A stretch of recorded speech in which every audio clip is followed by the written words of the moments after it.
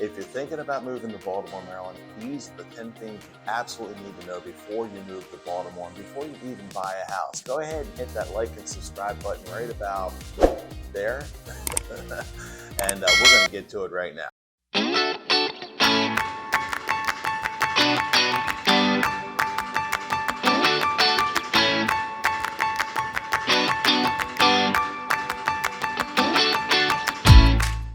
John, I'm the Charm City Property Dude, and these are the 10 things you absolutely need to do before you buy a house. And number one on that list is you have to make sure your credit is up to snuff. Usually anywhere from 680 all the way up to 800 will buy you a house. I've heard lenders lending at as low as 619, but you want to make sure you don't owe any outstanding bills. Now, I'm not saying you don't have credit card bills. I'm not saying you don't have your car payment, but you want to make sure that you don't have any 30-day or late notices, because then it really becomes difficult, not only on your lender, but on yourself, trying to gather all the things you need for your credit. So the rule of thumb is make sure you check your credit. Credit Karma does a free credit check. Make sure all your credit's up to snuff. If you've got anything outstanding, you want to make sure that you pay these things and pay them down. So credit is very, very important. So the first thing you want to make sure that you do before you even start looking for a house is make sure that your credit is at least a 680 or above. If you do that, you won't have any problems getting pre-approved and then approved for your final loan.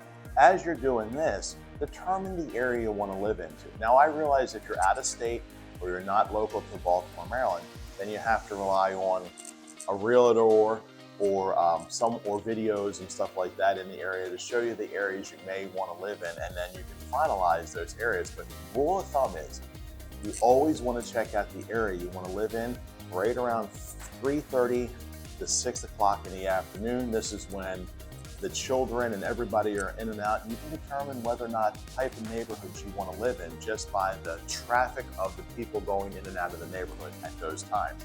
So make sure that you check out the neighborhoods, that you check your local police blotter, check the local news, because you don't want to be in a neighborhood where when you get there and you realize, oh crap, because the financial investment of the house is quite substantial and you definitely don't want to sell and lose money. Next step, number two, is you want to determine how much you can afford. Now, if you get pre-approved by your lender and they say, hey, great, you can afford up to $300,000, this is taken in consideration, none of your other bills, okay? I mean, you might have a car payment.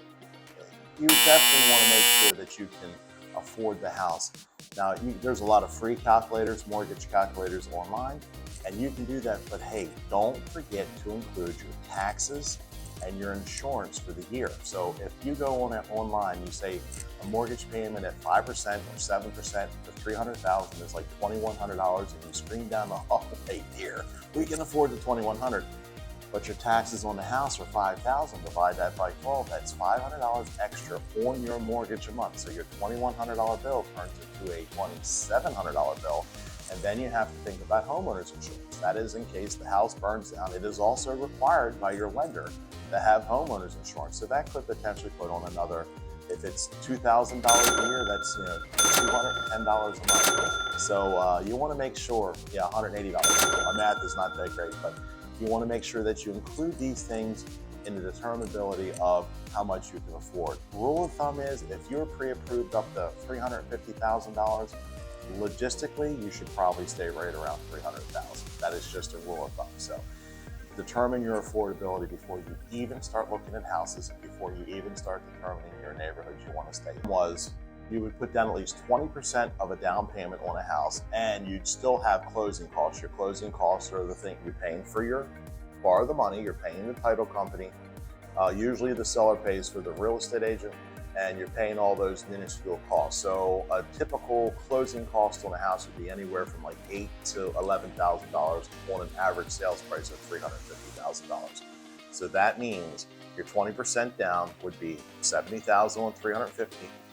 Okay, and then your closing costs, you're talking probably about $75,000. Now, I know that seems like a lot of money. We can back that off. If you go any lower than the 20%, all of a sudden you're incurred with what's called mortgage payment insurance. The bank will tack on a small mortgage payment insurance for anything less than 20%. You're still having a hard time coming up with a down payment. Well, if you contact the lender has programs available to homeowners called DELP and SELF. These are down payment assistance programs. This will help you get money for your down payment up to like $10,000. Now, you use that $10,000 if you're moving here because of your job, something like Johns Hopkins or Amazon.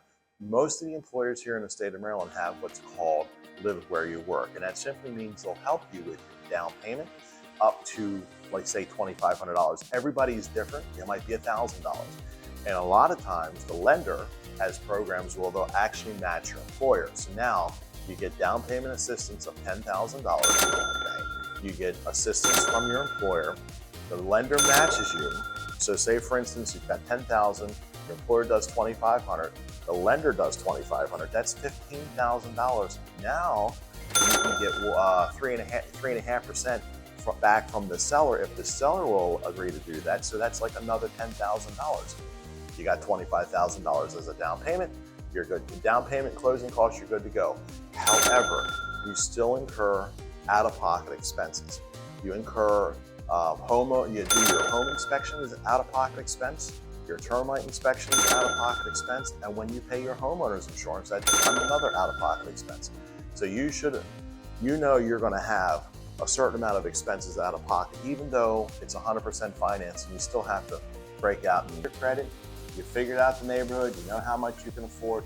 Now is the time that you find a good lender. And lenders, there are all kinds of mortgage lenders. You have direct mortgage lenders and you have mortgage brokers. Mortgage brokers will find you the best deal. And of course, there are fees and stuff associated with using a lender. Usually it's 1% of the purchase price. Some lenders are more, some lenders are less, but they're right around the same. Check the lender you want to work with and make sure that they're nice people. A lot of times you get these people who don't return phone calls or leave you hanging for months at a time, weeks at a time. And this is detrimental. But you find yourself a great lender, and then based on, you can get your pre-approval letter, but all the pre-approval letter says, hey, yes, you can afford to buy a house, but the pre-approval, unfortunately, is only based on what you tell the lender. So you want to make sure that you are perfectly honest with your lender and let them know everything, because the last thing you need towards the end of the transaction is a surprise. Found your lender, you love working with them, they gave you a pre-approval letter. Now it's time to find a good realtor. Yeah, I'm pointing at myself, I'm a good realtor. You want to find a good realtor that is very well versed in the area. They know the best neighborhoods, they know the best places for you and your family. You know, you still should look around, but you definitely want the advice of a realtor, because the next several steps, the realtor is actually going to guide you through there. So instead of saying realtor, I say me.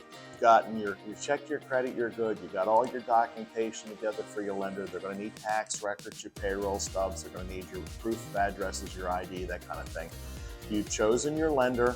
You find a good realtor like myself, and all of a sudden now you can start the process. Now you've determined that there are several neighborhoods in Baltimore, or maybe you decided you don't want to live in the city, so you decided you want to live in Baltimore County or Hartford County.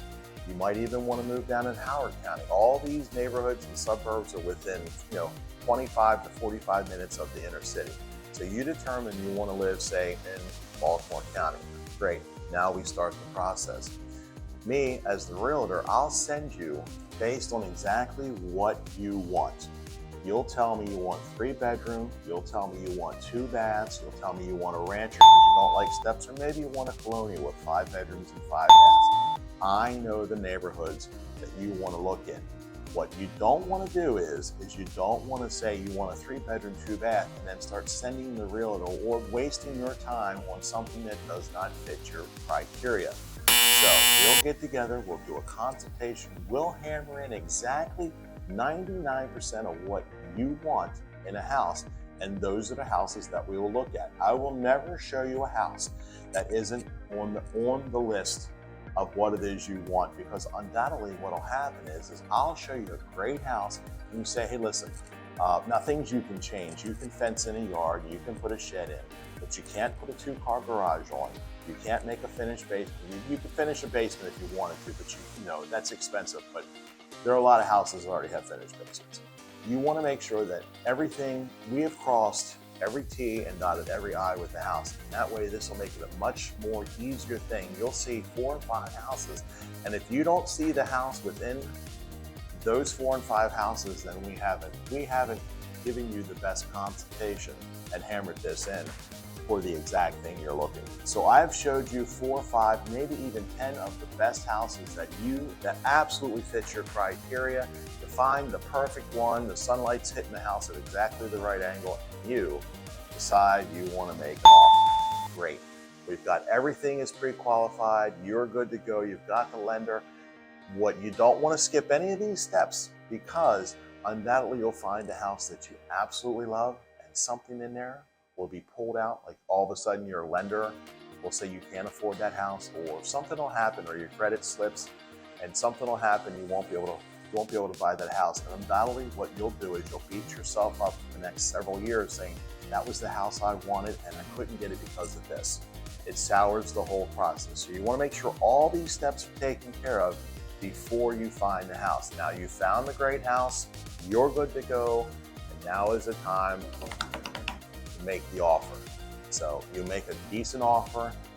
You know, it's a great house. What you don't want to do is you want to take the advice of me, your realtor, and you want to put in an offer. The first thing you don't want to do is go into the offer with, if it's a $350,000 house, and you want to put in a $285,000 offer. Nothing upsets and pisses off everybody by somebody coming in and doing an extremely low ball offer like that. In the olden days, $2,000, $3,000 off the asking price was considered a low ball offer. So you want to make sure that you put in your strongest offer. Put in the offer, okay? You give them an EMD. EMD is earnest money deposit. Usually that's 1% of the purchase price. So if it's a $300,000 house, it'll be a $3,000 EMD. You've made your offer. You've given the offer's now a contract. The EMD of $3,000 goes to the title company. Yes, that gets cashed. You want to make sure the check is good. Don't ever bounce a check during the transaction. This sends up a bunch of red flags. Okay, so you've got your offer in. You've got your EMD in, it's with title, your contract's with the lender, and you're on schedule. Now all of a sudden the real estate agent will schedule your home inspection, your termite inspection, if you have a fireplace, your chimney inspection. A lot of times the home inspector will do all these things. You can expect the home inspection to be anywhere from $300 to $600 at just the price. So you get your home inspection, and all of a sudden they kick back the inspection with 3 different areas. They have red, yellow, and green. All the things that are green mean, hey, there's nothing wrong with the house. The yellow are the ones, hey, listen, you might want to take a look at these. Doesn't necessarily need to be repaired, but you definitely want to take a look at these. And the reds are the ones where the FHA convention, the banks are going to say, hey, you need to be fixed. So something like a red would be anything electrical, maybe a bad hot water heater. A roof is definitely a red item. So then you go back to the homeowner and you say, listen, we'd like you to fix these 3 things. Now, here in the last couple of years, everybody's been forgoing home inspections and just buying as is. Well, they do the inspection to get the information, but the sellers have not incurred the cost of the repairs. The bad news about this is the home buyer has to pay for this stuff that get fixed so that they will be able to borrow the money. The homeowner would be asked to fix, but didn't, and then you back out of the contract. Well, guess what? Because it's been disclosed that this needs to be fixed, now the home seller, this is a great negotiating tool, the home seller still has to fix it. Or they have to disclose it needs to be fixed. So that's the home inspection.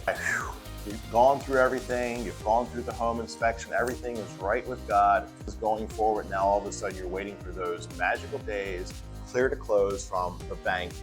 If everything's been in order, sometimes there'll be some final things. If it goes any longer than 30 days, the bank is probably going to request new statements, bank statements, and new pay stubs. You're filing to the finish line, and then you do what's called the walk through the house. This is very important. You walk through the house and make sure that everything is there that was supposed to be there. Everything that was agreed upon on the inclusions, exclusions is there. You want to make sure the washer and dryer are there. If they said it was included, you want to make sure it's there, because if it's not, then when you go to settlement that day, you can say, listen, it's not there, I need you to put it back, or I need you to replace, or we can escrow a portion of your proceeds. That's money the title will hold until the sellers, actually put the things back. If it's agreed upon, and you've agreed upon it with the sellers and it's not there, this is the method on which you can close and then still have them work with you to put the things back in order. If they do not provide things that you were supposed to get, then you get the money back from the stuff that was escrowed. However, red flag, or this is the number one warning, do not let the property close without agreeing to escrow a portion of the proceeds, because if you close and you have not agreed upon this, the sellers don't act, you don't get it. I've seen it happen. And guess what else happens? Your real estate agent and brokerage is only responsible for the house and the process, okay? And once it closes, that process is done. Now, as a realtor, I try to help as much as I can, but as far as